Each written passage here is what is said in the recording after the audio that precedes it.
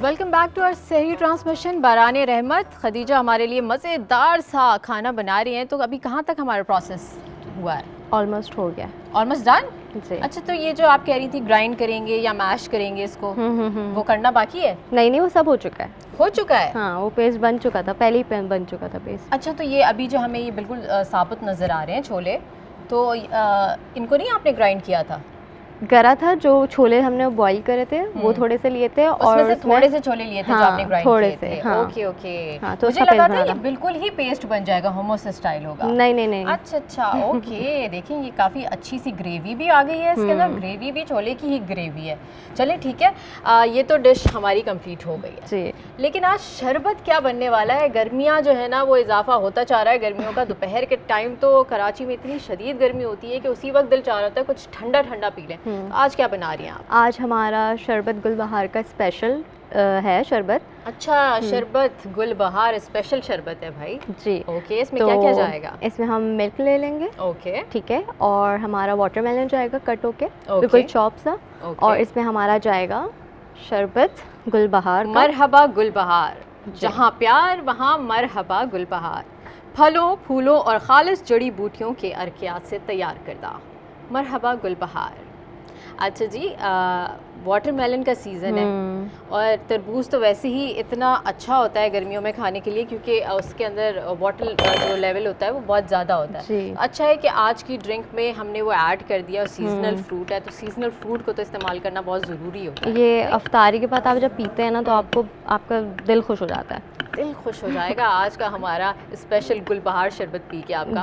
اچھا, اس میں جو دودھ ایڈ کیا ہے تربوز کے ساتھ, تو اس کا کمبینیشن ٹھیک لگتا ہے ٹیسٹ وائز؟ کیونکہ میں نے کبھی بھی تربوز کا جو شربت ہے وہ ملک کے ساتھ کبھی ٹرائی نہیں کیا. نہیں نہیں, بہت اچھا لگتا ہے, بہت زیادہ.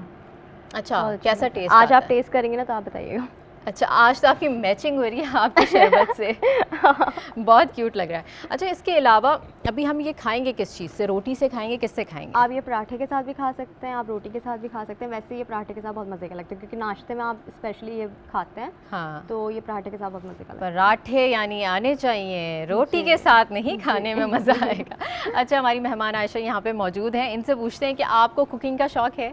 بہت زیادہ شوق ہے, بہت زیادہ. اور بلکہ یہ چنوں سے میں یاد کر رہی تھی, میری ایک فرینڈ چنے بہت اچھے بناتی ہے, اور اس کی اسپیشلٹی ہے یہ چنوں کی. اور اس سے جو میں نے ریسیپی پوچھی تھی اس میں بھی آلموسٹ یہی تھا کہ جس طرح انہوں نے, ختیجہ نے ہاف چنے اس کو پیسٹ بنایا آلو کے ساتھ اس کی نا بڑی اچھی وہ ایک پیوری ٹائپ کی بن جاتی ہے, اور وہ سالن کا بڑا وہ گریوی کا ایفیکٹ آ رہا ہے اس کے اندر, وہ والی. بالکل. تو کھانے پکانے کا مجھے بہت شوق ہے, اور بہت اچھے کھانے بنا لیتی ہوں. تو آج آپ کیا بنا کے آئی ہیں گھر میں؟ آج میں نے گھر پہ ریپس بنائے تھے بچوں کے لیے. اوکے, جیسے شورما ریپس ہوتے ہیں نا, وہ بنائے تھے. اچھا, بچوں کو اسی طرح کی ڈشز اچھی لگتی ہیں نا جو ایزی ٹو ایٹ ہوتی ہیں, لائک یہ ریپس ہو گئے, نگٹس ہو گئے, فرائیڈ آئٹمز ہو گئے. میرے بچے اس اسٹیج سے خیر نکل گئے ہیں, وہ نگٹس اور فرائیز اور ان کے, لیکن وہ کچھ جو ہے وہ ایک جم جا رہی ہیں, دوسرے جم جا رہے ہیں, لیکن ان کو ساتھ میں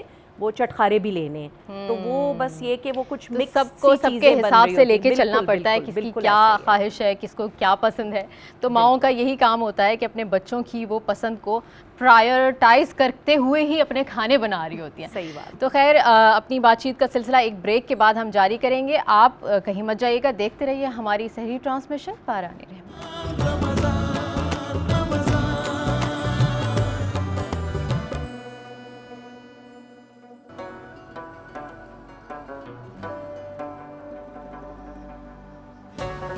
آؤ کریں عہد سچائی کے ساتھ, حلال رزق چنیں ہر حال میں ہر بات. آج کا ہمارا موضوع ہے رزق حلال, اور ہمارے ساتھ ہمارے قابل مذہبی اسکالر یہاں پہ موجود ہیں, جن سے ہم بات کریں گے آج رزق حلال کے حوالے سے, اسلامی تعلیمات کیا کہتی ہیں اس حوالے سے, اور رزق حلال کی برکت کیا ہے. تو مفتی صاحب, سب سے پہلے مجھے یہ بتائیے کہ رزق حلال کا جو حصول ہے کیا آسان ہے یا مشکل؟ اعوذ باللہ من الشیطان الرجیم, بسم اللہ الرحمن الرحیم. قال اللہ تعالیٰ فی القرآن المجید, یا ایھا الذین آمنوا کلوا من طیبات ما رزقناکم واشکروا اللہ. آمنت باللہ, صدق اللہ العظیم. تمام تعریف اللہ رب العزت کے لیے جو کہ خالق کائنات اور لاکھوں درود و سلام میرے آقا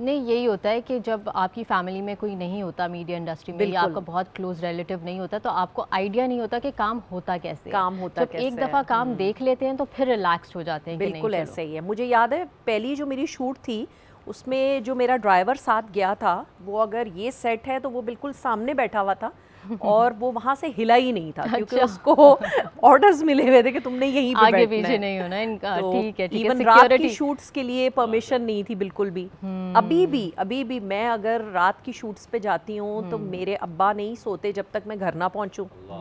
میرے بھائی مجھ سے پوچھتے رہتے ہیں دونوں کہ بھائی کہاں ہو. یہ تو فکر ایسی ہے نا کہ آپ کسی اور کام سے بھی نکلیں گی رات کے وقت تو ماں باپ تو ایسے ہیں کہ وہ کبھی بھی ان کو نیند نہیں آتی جب تک ان کی اولاد گھر نہ پہنچ جائے، چاہے وہ شادی شدہ ہو یا غیر شادی. بالکل ایسے میرے ساتھ بھی یہی ہے کہ میری امی جو ہیں وہ میسج کر کے باقاعدہ مجھ سے پوچھتی ہیں سحری ٹرانسمیشن کے بعد بھی کہ تم پہنچ گئی ہو. اللہ تعالیٰ سلامت رکھے ان پیارے رشتوں کو. اچھا یوسف صاحب مجھے بتائیے کہ ہم جیسے ابھی ڈسکس کر رہے تھے ایجوکیشنل انسٹیٹیوٹس کے بارے میں اور یہ بھی ڈسکس کر رہے تھے کہ اسٹینڈرڈ جو ہمارے ملک کے انسٹیٹیوٹس کا ہے وہ اتنا اچھا نہیں رہا ہے، تو اب طلباء کی تعداد بڑھ گئی ہے جو باہر ملک سے باہر جاتے ہیں تعلیم حاصل کرنے. تو آپ کیا سمجھتے ہیں، کیا یہ ہمارے ملک کے فیوچر کے لیے بہتر ہے؟ جی بہت بہتر ہے. یہ اسٹوڈنٹس کو باہر پڑھنے آتے ہیں بیکاز آف اسکلس نالج جو پڑھائی ایز کمپیئر ٹو پاکستان دی جا رہی ہے باہر وہ بہتر ہے.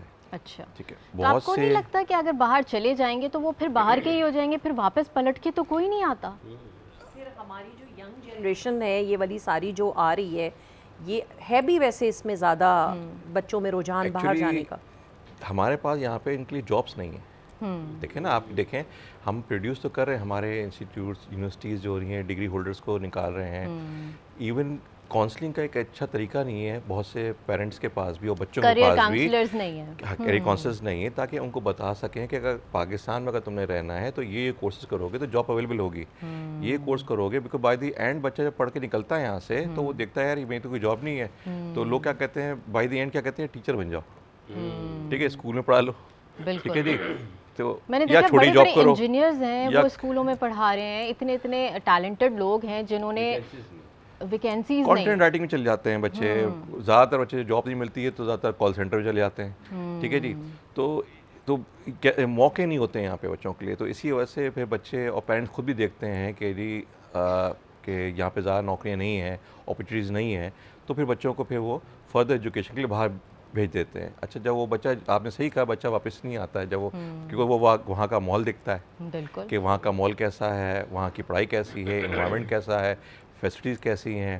اور اگر اس کو وہاں پہ اچھی جاب لگ جاتی ہے پھر وہ کمپیئر کرتا ہے کہ the money which I get here if I get work in Pakistan مجھے کیا ملے گا. تو اسی وجہ سے وہ پھر بنایا جاتا ہے. اور سب سے بڑا المیہ تو یہ ہے کہ اسلامی تعلیمات جن کو فالو کرنی چاہیے، جیسے کہ ہم مسلمان ہیں، پاکستان ہے، یہاں سے زیادہ بیرون ملک میں اسلامی تعلیمات کو فالو کیا جا رہا ہوتا ہے، جبکہ وہ جانتے بھی نہیں ہیں کہ یہ ہمارے مذہب کا پارٹ ہے یا وہ ہمارے مذہب کو فالو کر رہے ہوں. لیکن ان میں دیانتداری، ایمانداری کا عنصر بہت زیادہ ہے، سچائی ہے وہاں لوگوں میں. لیکن یہاں چونکہ کرپشن بڑھ گئی ہے، معاشرے میں اتنا بگاڑ پیدا ہو گیا ہے تو لوگ پلٹ کر نہیں آتے. وجہ یہی وجہ ہے. وہاں پہ مارکنگ سسٹم اچھا ہے، ایجوکیشن سسٹم اچھا ہے بچوں کو. اور ایون اگر آپ یہاں پہ پاکستانی اسٹوڈنٹس میں باہر بھیجتا ہوں پڑھنے کے لیے تو جو اسٹوڈنٹ بتاتے ہیں کہ دے ہیو حلال سیکشن بھی ہوتا ہے بچوں کے لیے کھانے کے لیے. پلس وہ بچوں کو جو ہے وہ انہیں بچوں کو نماز کا ٹائم دیتے ہیں. رمضان کا بھی لائک وہاں پہ ارینجمنٹ سحری کا کیا جاتا ہے بچوں کے لیے. احترام کرتے ہیں، ہر مذہب کا احترام وہاں پہ like they do this. Even plus وہ فیسٹیولز ہوتے ہیں بچوں کے تو فیسٹیول بھی ارینج کیے جاتے ہیں مسلم اسٹوڈنٹس کے لیے. تو یہ بھی وہاں پہ ہوتا ہے. تو آف کورس اسٹوڈنٹس کو لگتا ہے اچھا ہے کہ وین دے کمپیئر کہ جی میں پاکستان میں پڑھتا تو میں باہر پڑھتا تو کیا ہوگا. تو اسی وجہ سے ہر کوئی آپ کو پتہ ہے اچھی اپرچونیٹی دیکھتا ہے بالکل کہ where I get the opportunity. تو اب وہ پاکستان بھی ایک اچھی جگہ ہے ماشاء اللہ سے ہم جہاں پہ رہ رہے ہیں. لیکن یہاں پہ جو اپرچونیٹیز جو ہیں وہ نکلنی چاہیے.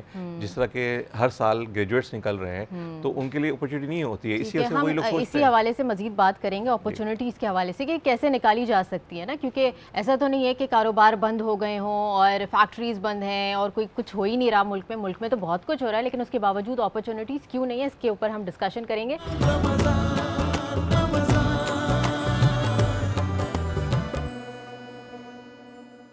اچھا جی، دسترخوان ہمارا سج چکا ہے. خدیجہ نے آج ہمارے لیے کیا بنایا تھا؟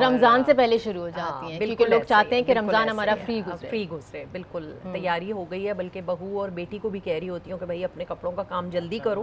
ماشاءاللہ آپ کی بہو بھی ہے, یہ ریویل ہوا ہے آج, اور ماشاءاللہ آپ لگتی نہیں ہیں, یو لوکنگ سو ینگ ماشاءاللہ. الحمدللہ, شکر ہے اللہ کا. تو اگر آپ ایک ساس ہیں تو مجھے یہ بتائیے, آپ ساسوں کی طرح ٹپکل ساسوں والی اسٹرکٹ ساس ہیں یا کبھی کبھی اسٹرکٹ ساس بھی بن جاتی ہیں؟ ارے کبھی کبھی بن جاتی ہوں. کون سے ایسے موقع آتے ہیں جس پہ آپ اسٹرکٹ ساس بنتی ہیں؟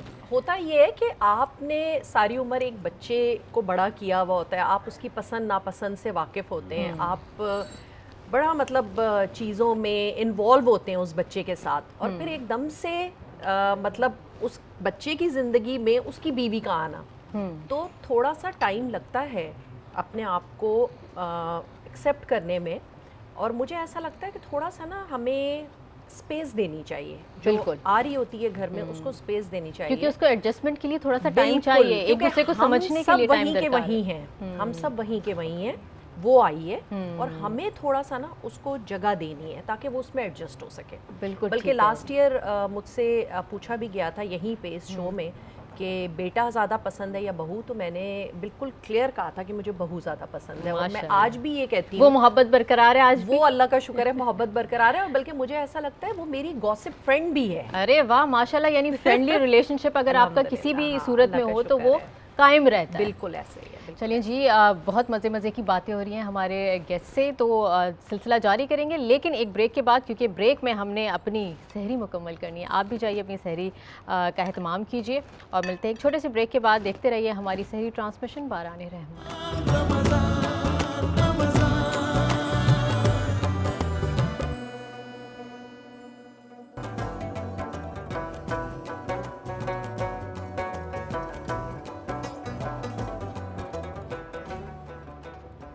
باران رحمت سحری ٹرانسمیشن میں آپ کو خوش آمدید کہتی ہوں ایک بار پھر. نیلسن پینٹس کے حوالے سے میرے پاس ایک پوائنٹر ہے جو کہ بہت ضروری ہے آپ کو بتانا, وہ یہ کہ نیلسن پینٹ کی ایک خصوصیت یہ ہے کہ وہ 25% ایکسٹرا کوریج دیتا ہے, جس سے آپ کم پینٹ کی مقدار میں زیادہ ایریا پینٹ کر سکتے ہیں. رنگ زندگی کا نیلسن پینٹس. مفتی صاحب ہمارے ساتھ موجود ہیں اور ان سے ہم نے تجارت پہ ابھی تفصیلی بات نہیں کی تھی, تو مفتی صاحب مجھے تجارت کے حوالے سے بتائیے کہ تجارت اگر کوئی کرتا ہے تو اس کے کوئی اصول ہیں اسلامک جس کو فالو کرنا بہت ضروری ہے؟ بسم اللہ الرحمن الرحیم. سب سے پہلی بات کہ جو تجارت کرنے والا تاجر ہے اس کی شان و عظمت سمجھیے. رسول اکرم صلی اللہ علیہ وسلم نے فرمایا, تاجر قیامت کے دن ساتھ ہوگا انبیاء, شہداء اور صدیقین کے.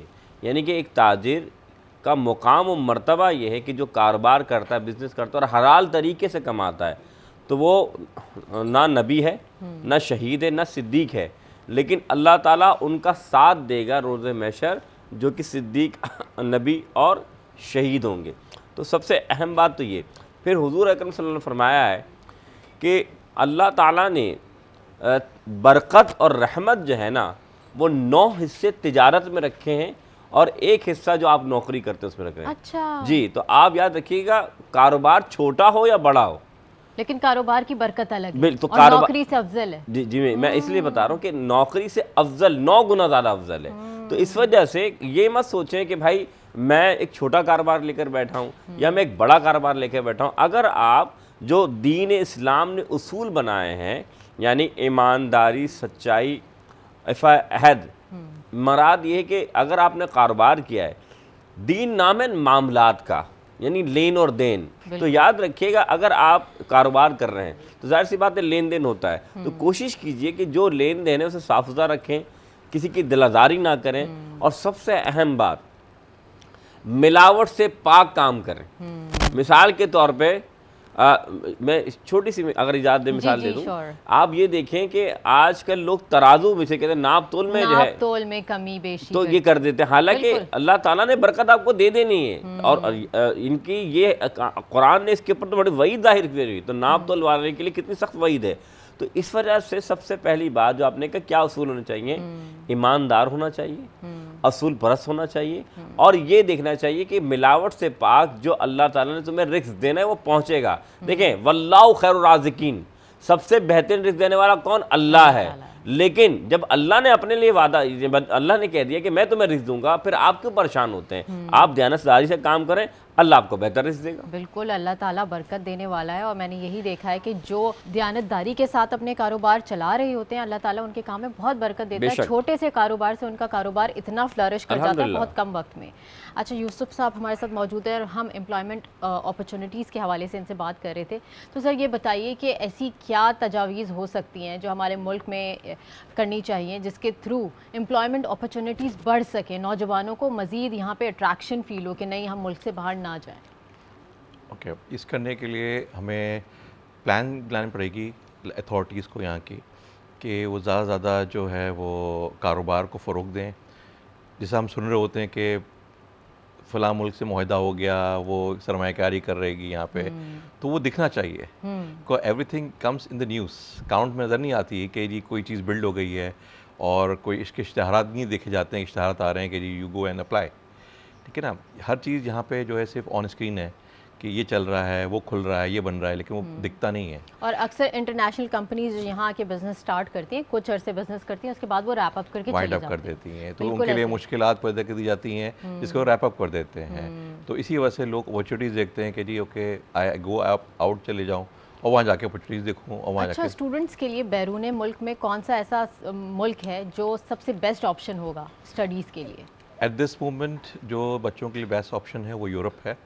اور یورپ میں بیسٹ اس وقت جو ہے جو کہ اسکالرشپ فری ایجوکیشن پہ جا رہا ہے وہ جرمنی ہے. اوکے، اچھا، یورپین کنٹریز میں یہ ہے نا کہ لینگویج بیریئر بہت آتا ہے، بچوں کو لینگویج جب تک نہیں آئے گی تب تک وہ موو آؤٹ نہیں کر سکتے. تو آپ لینگویج کے اوپر فوکس اگر ہم کریں کہ ہمارے ہی ایجوکیشنل انسٹیٹیوٹس میں ایڈیشنل لینگویجز کے کورسز اگر یہ کروائیں تو اس میں کون سی لینگویج انکلوڈ کرنی چاہیے؟ جی دیکھیں، جیسا میں نے آپ کو کہا کہ اپرچونیٹیز جرمنی میں اس وقت زیادہ ہے انجینئرس کے لیے، بچوں کے لیے جو پڑھنے جا رہے ہیں وہاں پہ.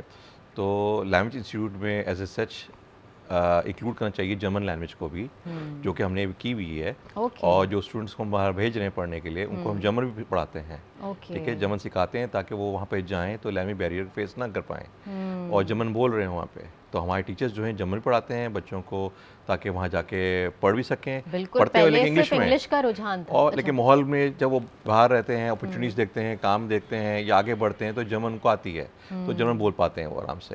بالکل، بہت اچھی بات ہے. اور لینگویج تو ایک ایسی اسکل ہے نا کہ اگر آپ کے پاس کوئی اور اسکل نہیں ہے لیکن آپ کے پاس لینگویجز کی اسکل ہیں تب بھی آپ زندگی میں ترقی کر سکتے ہیں، بہت آگے جا سکتے ہیں. بے شک کر سکتے ہیں. اچھا عائشہ، آپ بتا رہی تھی کہ آپ ایک اچھی اور پازیٹیو ساس ہیں، تو گھر کے ماحول کے حوالے سے اگر ہم بات کریں تو گھر کے ماحول پہ وہاں کی جو گھر کی خاتون ہوتی ہیں بیسکلی، تو ان کے اوپر ڈپینڈ کرتا ہے گھر کا ماحول کہ اگر وہ پازیٹیو ہیں تو گھر کا ماحول بھی پازیٹیو رہے گا؟ مجھے ایسا لگتا ہے کہ ڈپینڈ ہی سارا اس گھر کی عورت پہ کرتا ہے کہ اگر وہ پازیٹیو ہے اور وہ چیزوں کو اچھے سے دیکھ رہی ہے.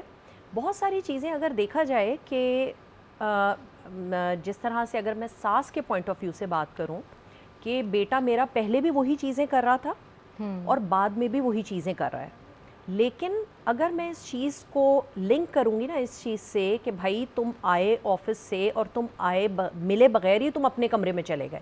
ایٹ ٹائمز اس نے پہلے بھی اس طرح کیا لیکن اب زیادہ فیل ہو رہا ہے، اب مجھے زیادہ فیل ہو رہا ہے. تو یہ میرا اپنا جو دیکھنے کا نظریہ ہے، جو میں نے اپنی وہ ایک اینک پہنی ہوئی ہے نا، میرے خیال میں اس کو صاف کرنے کی ضرورت ہے. اور اس کے علاوہ ویسے میں اگر دیکھوں کہ میری اپنی بیٹی ہے، وہ بہت زیادہ کوئی وہی والی بات ہے کہ جس طرح آپ نے بتایا کہ پیمپرڈ چائلڈ ہمارے بچے، کیونکہ وہ اس ماحول کے عادی رہے ہیں آرمی سیٹ اپ میں کہ جہاں پہ آپ کو بہت ساری فیسلٹیز اللہ کے کرم سے مل رہی ہوتی ہیں. تو میری اپنی بچی بھی بہت زیادہ کام نہیں کرتی ہے، اس سے زیادہ بلکہ میری بہو کام کرتی ہے گھر میں. تو میں اگر ان چیزوں کو ہم تھوڑا سا دیکھیں نا کہ ہم پتہ نہیں کیوں ہم کمپیریزنز شروع کر دیتے ہیں، ہماری ایکسپیکٹیشنز ہماری بہت زیادہ ہوتی ہیں، بہت زیادہ ایکسپیکٹیشنز ہوتی ہیں. آہستہ آہستہ آنے والی بچی جب دیکھتی ہے کہ گھر کا ماحول اس قسم کا ہے. میں نے بتایا نا میں کبھی کبھی اسٹرکٹ ہوئی بھی ہوں، ایسا بھی نہیں ہے کہ میں کہوں کہ نہیں میں بہت ہی کوئی پازیٹیو قسم کی عورت ہوں، انسان ہوں. بہت ساری چیزیں ذہن میں آتی ہیں، کہیں باہر سے ایک دم آؤ اور ایک دم گھر پھیلا ہوا ہو تو میں دونوں کو ایک ساتھ ڈانٹتی ہوں، بیٹی کو بھی بہو کو بھی. اور ان دونوں کو بھی پتہ ہے کہ آج اماں کی یقیناً بس ہو گئی ہے جب بھی یہ کہہ رہی ہیں. اچھا بس یہ ڈپینڈ ہی میرے خیال میں سارا گھر کی عورت پہ کرتا ہے. بالکل بالکل ایسا ہی ہے. اچھا میڈیا انڈسٹری کے حوالے سے مجھے بتائیے کہ کمرشل سائڈ آپ کو زیادہ اچھی لگی یا ایکٹنگ سائڈ؟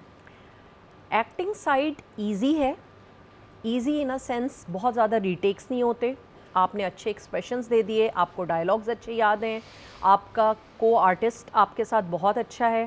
اور میرا تو خیر فرسٹ ایکسپیرینس ہی ایسا تھا کہ میرے ساتھ اتنی ریفائنڈ اور سینئر ایکٹریس تھیں ارجمن رحیم. اچھا لیکن انہوں نے جو مجھے ایک انوائرمنٹ دیا نا کام کرنے کا, اور جتنا انہوں نے مجھے ایکنالجمنٹ دی اور جتنا سپورٹ کیا, مجھے ایکٹنگ زیادہ آسان لگتی ہے as compare to commercial side, کیونکہ اس میں ری ٹیکس, ایک چھوٹا سا بال بھی آپ کا کھڑا ہوا ہے تو وہ بھی آپ کا آ کے بار بار اسٹائلسٹ ٹھیک کر رہی ہے, تو زیادہ آسان ہے. ایکٹنگ جو ہے وہ تو سمجھیں ایک سول سے کنیکٹ ہو جاتے ہیں نا آپ, اس کیریکٹر سے کنیکٹیوٹی ہو جاتی ہے. کمرشل سائڈ میں ایسا نہیں ہوتا, ایسا نہیں ہوتا ہے کیونکہ آپ کا ڈیوریشن کم ہوتا ہے.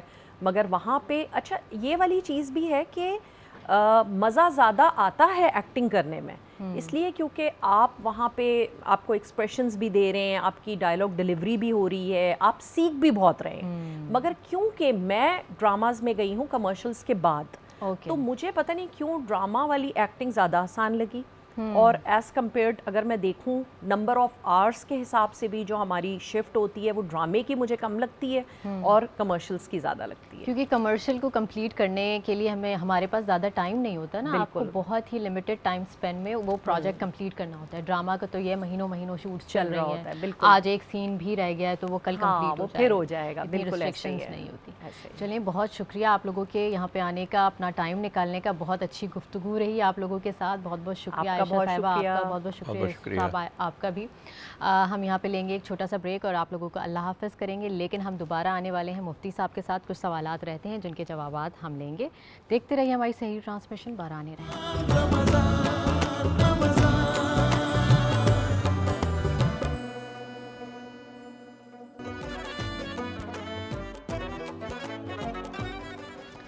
بہران رحمت سحری ٹرانسمیشن میں ایک دفعہ پھر خوش آمدید. مفتی محسن الزما صاحبہ ہمارے ساتھ موجود ہیں اور ان سے ابھی ہم بات کرنے والے ہیں ناجائز منافع خوری کے اوپر. اکثر مفتی صاحب آپ نے دیکھا ہے رمضان کے مہینے میں ہی اسپیشلی یہ جو ٹھیلے والے ہوتے ہیں, فروٹ وینڈرز ہو گئے, چھوٹے کاروباری افراد جو ہیں, یہ ناجائز منافع خوری کر رہے ہوتے ہیں. تو کیا یہ حلال رزق میں کاؤنٹ ہوگا؟ بسم اللہ الرحمن الرحیم. من غش فلیس منا اور کما قال الصلاۃ والسلام. حضور اکرم صلی اللہ علیہ وسلم نے فرمایا ہے جو دھوکہ دے وہ ہم میں سے نہیں.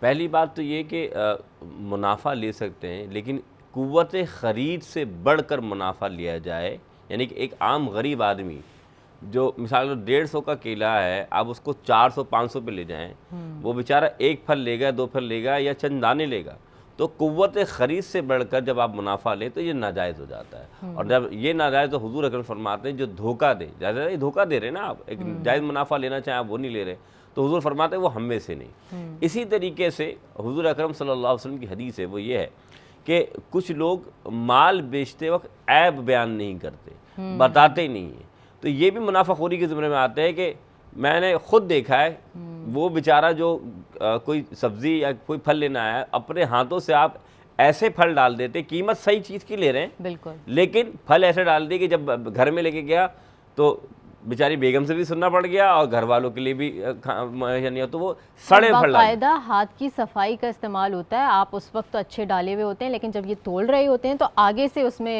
گندے والے ڈال دیتے ہیں اور اچھے والے. یہ دھوکہ دینا ہوا نا, ایک مسلمان کو دھوکہ دینا. تو حضور فرماتے ہیں کہ جب کوئی شخص عیب بیان کر کے نہیں دیتا تو اللہ تعالیٰ بھی اس کے مال سے برکت اٹھا لیتا ہے. تو یہ رزق حلال تو نہیں ہوا؟ بالکل نہیں ہوا. ایسی بات ہے کہ آپ نے جو سودا کیا, آپ عیب بیان کر کے نہیں کر رہے نا. حضور فرماتے ہیں جو عیب بیان کر کے نہیں کرتے تو اللہ برکت اٹھا لے گا, لیکن جو عیب بیان کر کے کہ بھائی یہ مال تھوڑا ایسا ہے, میں اس کو تھوڑے آپ کو کم قیمت میں دے دوں گا, تو اللہ تعالیٰ اس میں برکت دے دیتا ہے, خریدنے والے کے لیے بھی اور لینے والے کے لیے بھی. تو بات اتنی سی. اور ایک اور چیز یہ ہے کہ کچھ بڑے بڑے برانڈز ہوتے ہیں, وہ اپنا نام کیش کر رہے ہوتے ہیں, چیز کی قیمت تھوڑی سی ہوتی ہے لیکن اپنے برانڈ نیم کی وجہ سے اس چیز کو کیش کر رہے ہوتے ہیں. تو کیا یہ ٹھیک ہے؟ دیکھیے, ایک برانڈ نیم کی بات ہوتی ہے, دوسری ہوتی ہے کہ اس کو عرف عام میں کہتے ہیں لوگ قسم کھاتے ہیں. قسم سے مراد کہ میں قسم کھاتا ہوں کہ یہ جو میں آپ کو بیچ رہا ہوں یہ بالکل ایسا ہے بہر رہا ہے اور یہ بڑا قیمتی ہے، حالانکہ وہ جانتا ہے کہ جو کپڑا ہے اس میں دھاگا ہے، جو چیزیں ہیں، جو جھوٹی قسم کھا کر جو ہے وہ، تو اللہ کے رسول پھر فرماتے ہیں کہ آپ اس کو برانڈ کا نام دے دیں کہ بھائی فلاں برانڈ کا میں نام تو نہیں لے سکتا کہ فلاں برانڈ کا کپڑا، حالانکہ وہ اس کا ہوتا ہی نہیں ہے۔ تو حضور فرماتے ہیں ایسا قسم یا ایسی جھوٹی بات کر کے بھی آپ کو تجار مال بیچتے ہیں تو اللہ اس سے بھی برکت اٹھا لیتا ہے۔ اور قسم کے لیے تو واضح طور فرمایا ہے کہ قسم کھا کر تجارت کرنے والے کے مال سے اللہ برکت کو اٹھا لیتا ہے۔ تو خدا را خامہ خلی کہ آپ قسمیں کھا کر کیا بتانا چاہتے ہیں کہ بھائی جو آپ کام کر رہے ہیں دھوکہ دے رہے ہیں، تو کوشش کیجئے آپ نے جو مال لیا ہے اس کو صاف ستھرا، جو اگر صحیح مال تو آپ بیان کریں، اور اس کا منافع جائز لے سکتے ہیں کہ اسلام نے منع نہیں فرمایا منافع لے کر بیچنے میں۔ یعنی اگر کسی چیز کی قیمت جسٹیفائی نہیں کر رہی ہے اس کی کوالٹی یا اس کی اس پہ، تو اس کے اوپر جتنا بھی منافع ایکسٹرا ہے وہ ناجائز ہے۔ بالکل ناجائز ہے، بالکل ناجائز ہے۔ ظاہر سی بات ہے کہ دیکھیں وہ تو آپ اس طرح سمجھ لیجئے نا کہ آپ نے ایک شخص کو یہ بتایا کہ یہ سونا ہے، حالانکہ وہ تو چاندی کے برابر بھی نہیں ہے، تو آپ نے دھوکہ دیا نا اور مسلمان کو دھوکہ دے، انسان کو دھوکہ، میں مسلمان کی بات سے آگے بڑھوں گا کہ انسان کو بھی آپ یوں کہیں جو مسلمان ہوئے نا آپ دھوکہ نہ دیں، کیونکہ دین نام ہے کردار کا۔ دیکھیں یاد رکھیے کہ صحابہ کرام رضی اللہ تعالیٰ عنہ جب اللہ کے دین کو انہوں نے ایکسیپٹ کیا تو مختلف ممالک میں تجارت کے غرض سے گئے۔ اصل اسلام جو پھیلا ہے نا وہ صحابہ کرام اہل بیت کے کردار سے پھیلا ہے۔ کیوں؟ کیونکہ انہوں نے دیکھا کہ یہ لین دین میں ٹھیک ہیں، یہ قرض اور اس میں ٹھیک ہیں، یہ تجارت میں ٹھیک ہے، کیونکہ حضور اکرم صلی اللہ علیہ وسلم کی حدیث ہے کیا کہ منافق کی 3 نشانیاں ہیں۔